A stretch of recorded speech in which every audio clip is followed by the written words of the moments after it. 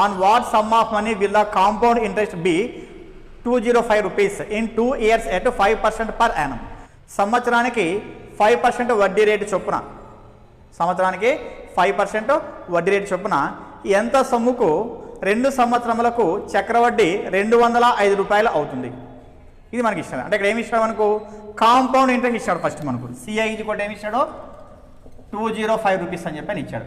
మరి CI means ఏ minus P ఇది కూడా ఏమి 205 రూపీస్ అనమాట. ఏ అంటే అర్థమే మనకు పి ఇంటూ తర్వాత మనం ఏం రాస్తాము రేట్ ఆఫ్ ఇంట్రెస్ట్ వస్తాం. మరి ఇక్కడ రేట్ ఆఫ్ ఇంట్రెస్ట్ ఎంత ఇచ్చాడు మనకు 5% పర్ యానం అన్నాడు. కాబట్టి ఏం రాస్తాను 105/100 ఎన్ని సంవత్సరాలు 2 years అన్నాడు. కాబట్టి 2 times వేస్తాం మైనస్ పి ఇది కూడా మనకు 205 అనమాట.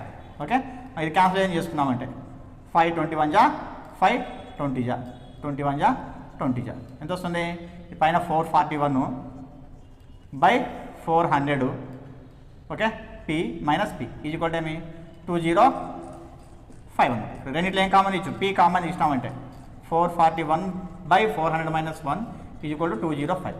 ఇక్కడ మనం చూసామంటే పి ఇంటూ ఎల్సిఎం 400 441 మైనస్ ఎంత 400 ఇది equal to 205. Next P into 441 నుంచి 400 పోతే ఎంత వస్తుంది 41 వస్తుంది. 41/400 ఇది equal to 205. Next P equal to 205 into 400/41 direct పోతుంది 41 1 జా 41 5 జా పి ఈక్వల్ టు ఎంత 5 4 జా 20 2000 అనమాట. ఓకేనా ఇది ప్రాసెస్ మనకు.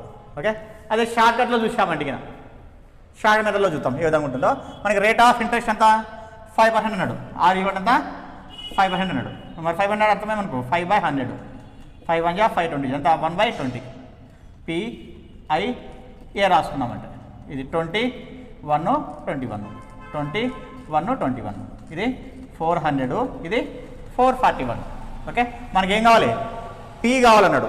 మరి పి కావాలంటే ఇక్కడ ఇంట్రెస్ట్ తీసుకున్నామని మనకు సిఐ చదవడు కాబట్టి సిఐతో కంపేర్ చేసుకున్నాం. సిఐతో కంపేర్ చేసుకున్నామంటే సిఐ ఏమొస్తుంది ఇక్కడ 41 రూపీస్ వస్తుంది. 41 రూపీస్ ఎంతకి 400కి అంటే ఎట్లా కంపేర్ చేసుకోవాలి మనము 400 రూపీస్కి 41 రూపీస్ సిఐ కదా అంటే రివర్స్లో వేసుకోవాలి మనం. 41కి 400 రూపీస్ అయితే ఇక్కడ ఇచ్చిన సిఐ ఎంత 205కి ఎంత పి అనమాట. ఓకేనా 41 రూపీస్కి 400 రూపీస్ పి అయితే 205కి ఎంత అని చెప్పి అర్థమే మనకి ఇక్కడ ఇంటూ 5 చేశాడు. ఇంటూ 5 చేస్తే ఎంత వస్తుంది అప్పుడు 2000 వచ్చేస్తుంది. ఈ మెథడ్ చాలా ఈజీగా ఉంది. మనం ఈ రెగ్యులర్ దానికంటే ఈ ప్రాసెస్ చాలా ఈజీగా ఉన్నాయి. టోటల్